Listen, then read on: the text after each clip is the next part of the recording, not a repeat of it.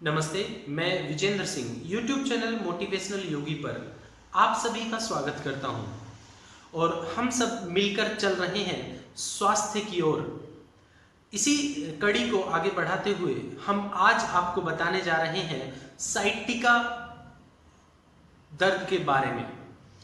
Sciatica का pen क्यों होता है और इसको कैसे ठीक किया जा सकता है।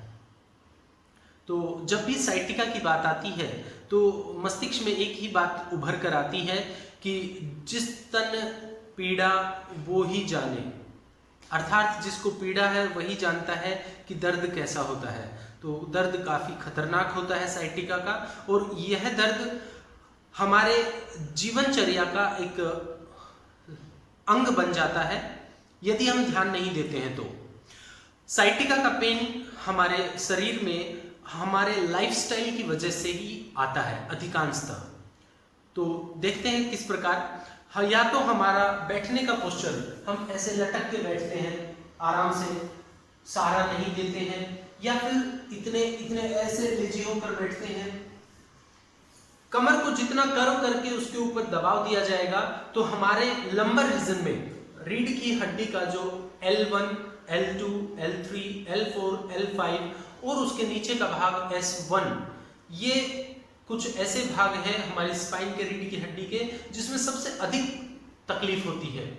तो जो साइटिका एक नर्व है जो कि हमारी कमर से रीढ़ की हड्डी से निकलकर और पांव तक जाती है, पैरेलल जाती है, same with right and same with left, दोनों ही पांव में। और जहां तक वो नर्व जाती है वहां तक आपको उस दर्द का अनुभव भी होने लगता है। पहले ये कमर से प्रारंभ होता है दर्द, हिप की तरफ से आता हुआ और धीरे धीरे पहले थाई मसल्स तक, फिर घुटने तक, और उसके बाद हमारी पांव की उंगलियों तक ये दर्द आपको अनुभव होता है। तो घबराने की आवश्यकता नहीं है। ये दर्द इसलिए होता है कि वहां जो L1, L2, L3, L4, L5, L5 के बाद S1, जहां भी वो साइटिका नर्व निकलती है वहां कंप्रेशन आ गया होता है। हमारी रीढ़ की हड्डी में जो वर्टिब्रास होते हैं उन वर्टिब्रास का गैप कम हो गया होता है, जिसकी वजह से साइटिका नर्व कंप्रेस हो जाती है और उसका सप्लाई है जो वो अवरुद्ध हो जाता है, रुक जाता है। जब सप्लाई नहीं मिलेगा तो वो पेन क्रिएट करना, स्टिमुलेट होना शुरू हो जाती है कि मुझे सप्लाई चाहिए, मुझे सप्लाई चाहिए, मुझे सप्लाई चाहिए। ये उसका मैसेज है कि मैं अभी काम करने में समर्थ नहीं हूँ, मुझे अपनी ऊर्जा की आवश्यकता है। तो ये उसका बताने का तरीका है। तो हम उसको ठीक कैसे करें? बहुत सारे लोग केवल पेन किलर लेकर ही काम चलाते रहते हैं और पेन किलर हमारे शरीर से दर्द को बाहर नहीं निकालता है। पेन किलर हमारे शरीर में जो दर्द होता है, हमारे और दर्द के बीच में पर्दे का काम करता है। यदि उस पर्दे का जब तक आवरण हमारे सामने रहता है हमें दर्द की अनुभूति नहीं होती है, और जैसे ही वो पर्दा धीरे धीरे धुंधला होकर खत्म हो जाता है वैसे ही उतना ही एक्यूट पेन फिर से होना शुरू हो जाता है जितना पहले हो रहा था। तो यहाँ से रीढ़ की हड्डी से दोनों पांव की तरफ ये नर्व जाती है पीछे की ओर से, और इसका बहुत सीवियर पेन होता है। सो चलिए आज हम आपको 5 ऐसे आसन बताने जा रहे हैं जिन आसनों के अभ्यास से आप अपने साइटिका पेन को क्योर कर सकते हैं, ठीक कर सकते हैं, और ये पेन फिर दोबारा नहीं होगा अगर आप थोड़ा थोड़ा अभ्यास समय समय पर करते रहेंगे। चलिए देखते हैं कौन से वो आसन है जो साइटिका पेन को स्वस्थ करते हैं, ठीक करते हैं। सबसे पहला आसन है हमारा मार्जरी आसन। मार्जरी इस प्रकार से किया जाता है। आप घुटने और हाथों के बल आ जाए, हाथों में, दोनों हाथों में गैप रहेगा जितना हमारे कंधों में फासला है, और घुटनों में कोई गैप नहीं रहेगा, घुटनों को मिलाकर रखना है, और हाथ और पांव का गैप इतना रहेगा जितना हमारा कंधे और कमर का फासला है, इतना ही फासला हम घुटने से हाथ में रखेंगे। और धीरे धीरे श्वास लेते हुए, इनहेल करते हुए कमर को नीचे की तरफ दबाव दें और गर्दन से ऊपर की तरफ देखें। यहाँ श्वास लेना है, धीरे धीरे श्वास छोड़ते हुए गर्दन नीचे, कमर ऊपर। फिर से inhale exhale, inhale exhale, inhale XZ।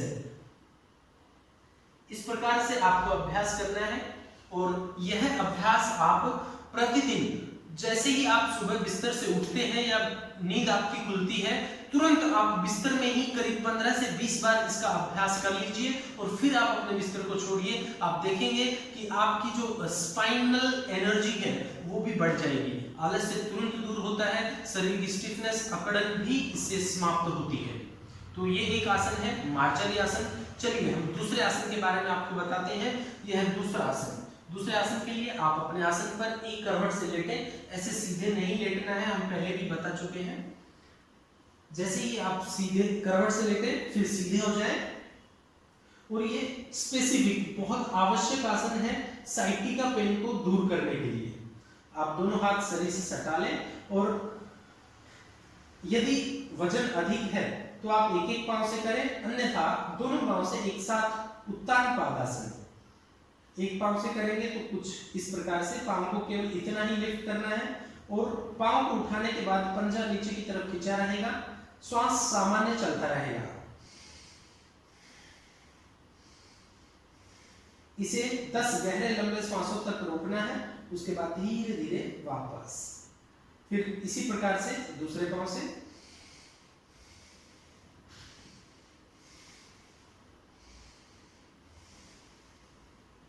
वापस।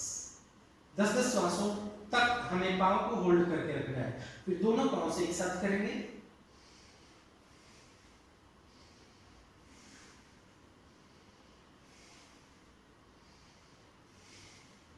वापस। कुछ लोग जब पांव उठते नहीं हैं तो अपने दोनों हाथों को ऐसे हिप के नीचे ले जाते हैं, तो ये हमें नहीं करना है। हाथों को बाहर ही रखें, पांव को बिल्कुल सहारा नहीं देना है, रीढ़ की हड्डी पर ही पूरा दबाव खिंचाव रहे और उसी से इस अभ्यास को करेंगे। इस अभ्यास को प्रतिदिन केवल 5 बार दोहराएं। एक एक पांव से करते हैं तो 5-5 बार दोनों पांव से करें और दोनों पांव से एक साथ किया जाता है तब भी इसको 5 आवृत्तियों तक दोहराएं, उसके बाद आराम करें। नेक्स्ट हमारा आसन है सेतु बंधासन। बहुत ही अच्छा आसन है। दोनों पांव को फोल्ड कर लें इस प्रकार से, जितना आप अपनी एड़ियों को हिप के नजदीक ला सकते हैं लाइए, घुटने मिले रहें और अपने दोनों हाथों को इस प्रकार से ग्रिप करके रखें एड़ियों से। धीरे धीरे श्वास लेते हुए आप अपनी कमर को लिफ्ट करें, जितना ऊपर ले जा सकते हैं। जैसे ही कमर ऊपर जाती है तो घुटने खुल जाते हैं, लेकिन घुटनों को मिला के रखें और जितना ताकत लगा सकते हैं कमर को ऊपर पुश करने में लगा के रखें और यहीं पर आराम से श्वास प्रश्वास करें।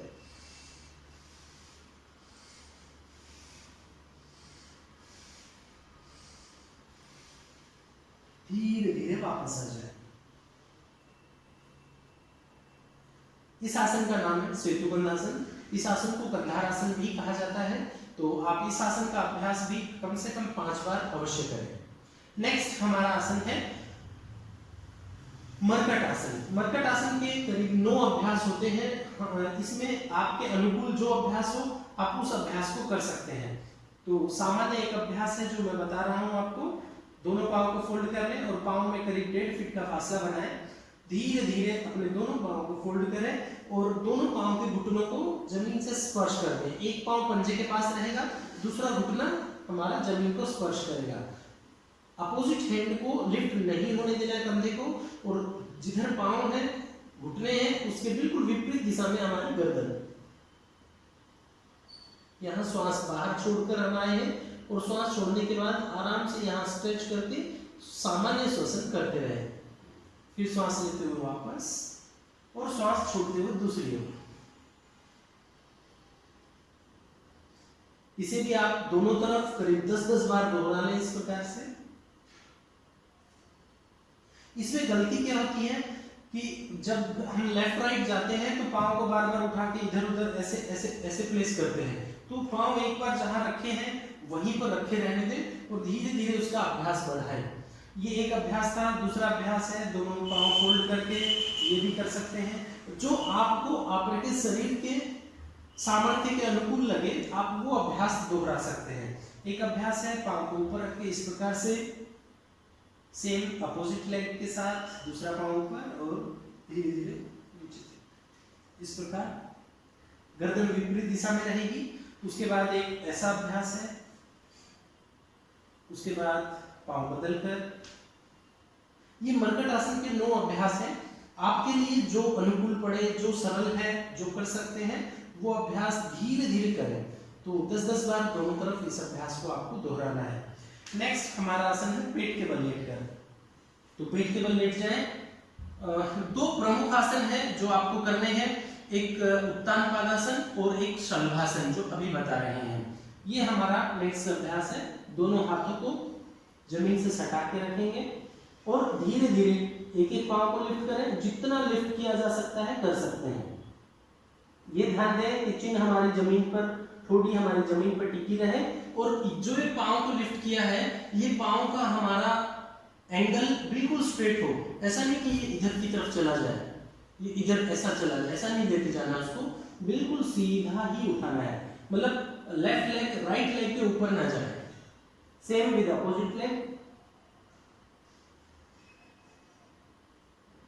और जो दोनों पांव से कर सकते हैं, तो दोनों पांव से करने के लिए हाथों को बाहर ही रखना है, सहारा बिल्कुल नहीं देना है। देखिए कैसे करना है।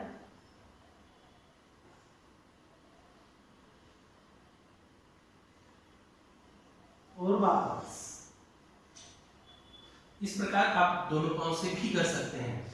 तो ये शलभासन और उत्तान पादासन, ये 2 तो प्रमुख अभ्यास है, ये तो करने ही है। बाकी सब जो अभ्यास है वो सरल अभ्यास है, वो आपको हेल्प करेंगे फ्लेक्सिबिलिटी बढ़ाने में और रक्त संचार को दुरुस्त करने में।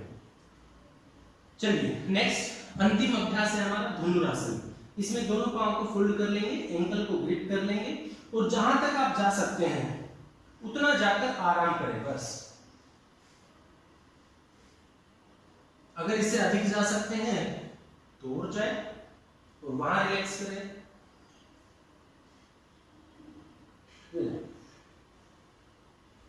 शलभासन का अभ्यास आपको अगेन 5 टाइम रिपीट करना है और धनुरासन का अभ्यास आपको केवल 3 बार करना है, रुककर स्टे करते हुए। और स्टे करना है हमें करीब 10 गहरे श्वासों तक। इस प्रकार जब आप ये 6 आसन करीब हो गए हैं, 5 से 6 आसन हुए हैं, ये 6 आसन यदि आप प्रतिदिन करेंगे तो निश्चित रूप से आपको 15 से 20 दिन में ही बहुत आराम मिल जाएगा और करीब 1-1.5 महीने में आपका साइटिका का पेन पूरी तरह से समाप्त हो जाएगा और आपको पूरा लाभ मिलेगा।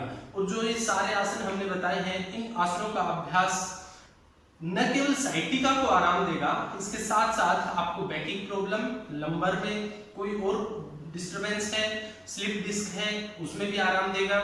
उसके साथ साथ पांव में रक्त के संचार को बढ़ाएगा। आपको वेरिकोज वेन्स की प्रॉब्लम हो उसमें भी हेल्प करेगा। थ्रोम्बोसिस की प्रॉब्लम हो, पांव में दर्द होता हो, उन सब में भी ये आसन आपको सहायता करने वाले हैं।